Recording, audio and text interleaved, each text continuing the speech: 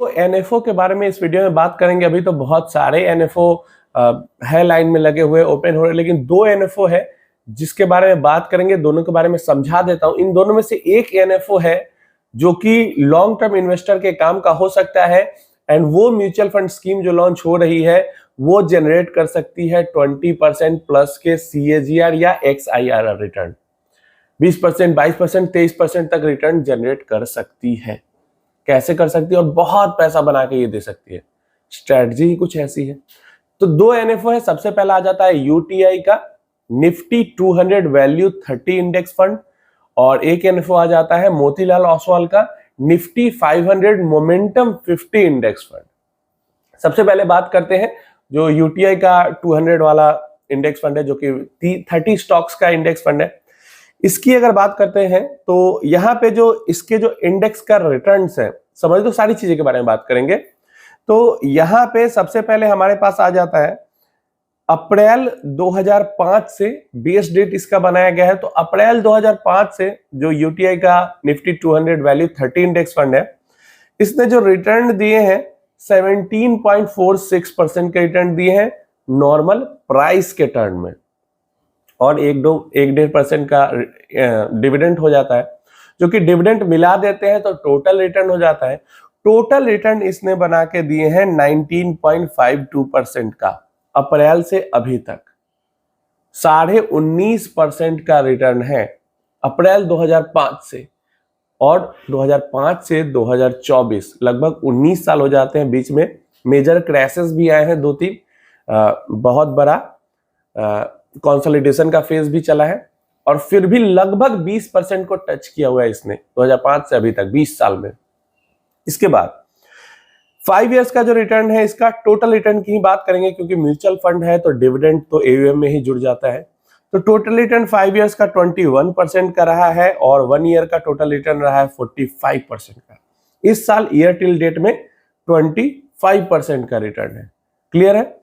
इसके अलावा यहाँ पे 30 स्टॉक्स रहेंगे। सबसे ज्यादा आईटी के अंदर एक्सपोजर है इस इंडेक्स में, अराउंड 30%, एंड एफएमसीजी के अंदर 28% का एक्सपोजर है। तो ये दोनों बिगेस्ट एक्सपोजर वाले सेक्टर हैं इस फंड के अंदर में। इसके अलावा इस फंड का जो बीटा है वो काफी ज्यादा कम है। निफ्टी 50 के अगेंस्ट में बीटा देखते हैं तो 0.77 का बीटा पिछले 1 साल में, और 0.75 का बीटा पिछले 5 साल में, जो कि बहुत बढ़िया है। और 0.78 का मतलब ये जो फंड है वो बहुत ही कम, निफ्टी से भी बहुत कम वॉलेटाइल होगा, जो कि बहुत अच्छी बात है। मतलब निफ्टी गिरेगी तो कम गिरेगा, तो अगर निफ्टी चढ़ेगी भी तो ऐसा नहीं कि कम चढ़ेगा, निफ्टी चढ़ेगी तो ज्यादा चढ़ेगा, गिरेगी तो कम गिरेगा। तभी तो रिटर्न यहाँ पे निफ्टी से इतना ज्यादा, जहां निफ्टी ने इसी सेम टाइम पीरियड में 13-14% का रिटर्न दिया है, उसी सेम टाइम पीरियड में इसने 19.5% का रिटर्न दिया।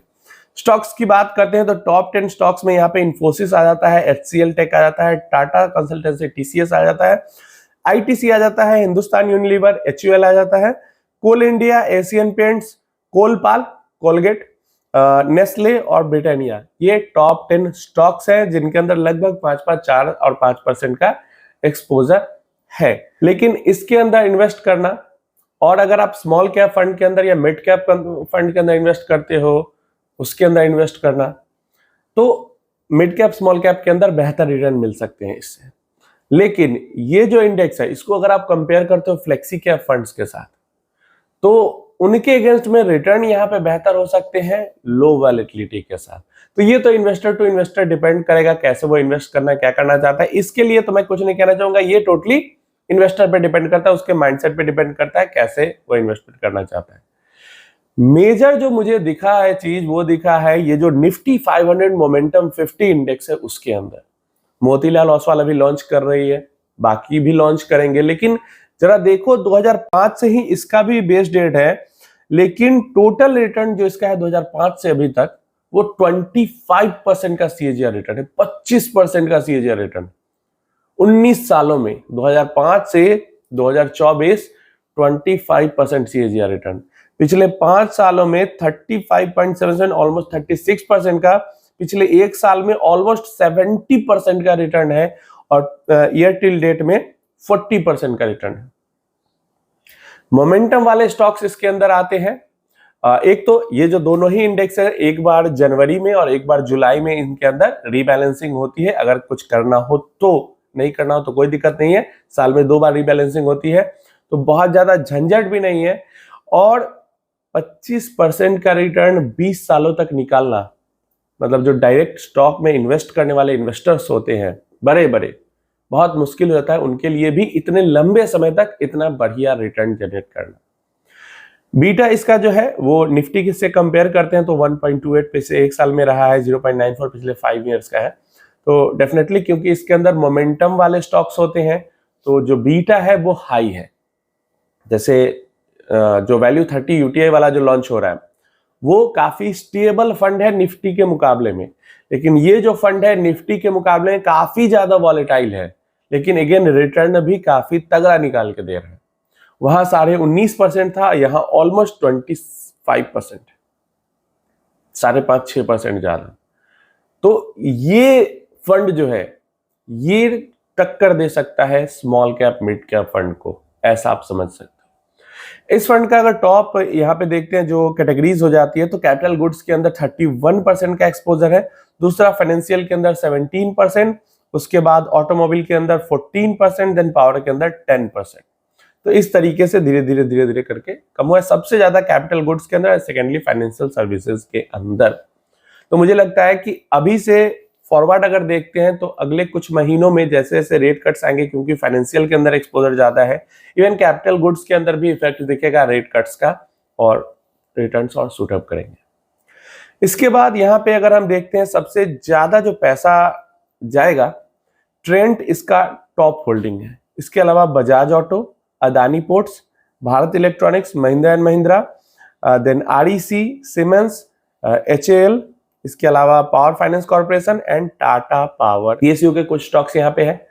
गिरावट हुई है पीएसयू के अंदर, अगस्त 30 तक का ये डेटा है, गिरावट काफी हुई है पीएसयू के अंदर, फिर भी ये रिटर्न शो कर रहे हैं। तो जिस टाइम पीएसयू टॉप पे चल रहे थे उस टाइम पे रिटर्न्स और बेहतर होते। पीएसयू क्यों है? क्योंकि पता है मोमेंटम था पीएसयू के अंदर में, और मोमेंटम वाले स्टॉक्स ही है इसके अंदर में, और निफ्टी 500 से उठाया गया स्टॉक्स है, तो इसके अंदर में लार्ज कैप मिड कैप के साथ साथ स्मॉल कैप स्टॉक्स भी इसके अंदर में हमें देखने को मिलेंगे। डेफिनेटली जो पी है इस फंड का वो थोड़ा सा हाई है, 30 के पी पे ये ट्रेड कर रही है, और डिविडेंड यील्ड इसका 0.74 है। तो डिविडेंड यील्ड से लेना नहीं है, क्योंकि जो डिविडेंड अगर डायरेक्टली स्टॉक्स के अंदर में इन्वेस्ट करेंगे तो हमारे पास डिविडेंड आएगा, अगर हम इसके इंडेक्स फंड के अंदर इन्वेस्ट करते हैं तो डिविडेंड एयूएम के साथ ही जुड़ जाता है। तो ये डेफिनेटली एक बढ़िया इंडेक्स फंड हो सकता है जो कि टक्कर दे सकता है स्मॉल कैप मिड कैप को, क्योंकि 20 सालों तक मैं फिर से कहूंगा 25% का रिटर्न जनरेट करना आसान बात नहीं है। और सबसे अच्छी चीज है कि ये एक इंडेक्स फंड है, तो यहाँ पे आपका खर्च जो है वो बहुत ज्यादा कम लगेगा, आपका भी और कंपनी का भी, तो बेहतर ऑप्शन हो सकता है। बाकी आप इसके बारे में अपनी राय कमेंट बॉक्स में जरूर देना, आपको क्या लगता है इस इंडेक्स फंड के बारे में या फिर यूटीआई वाले फंड के बारे में।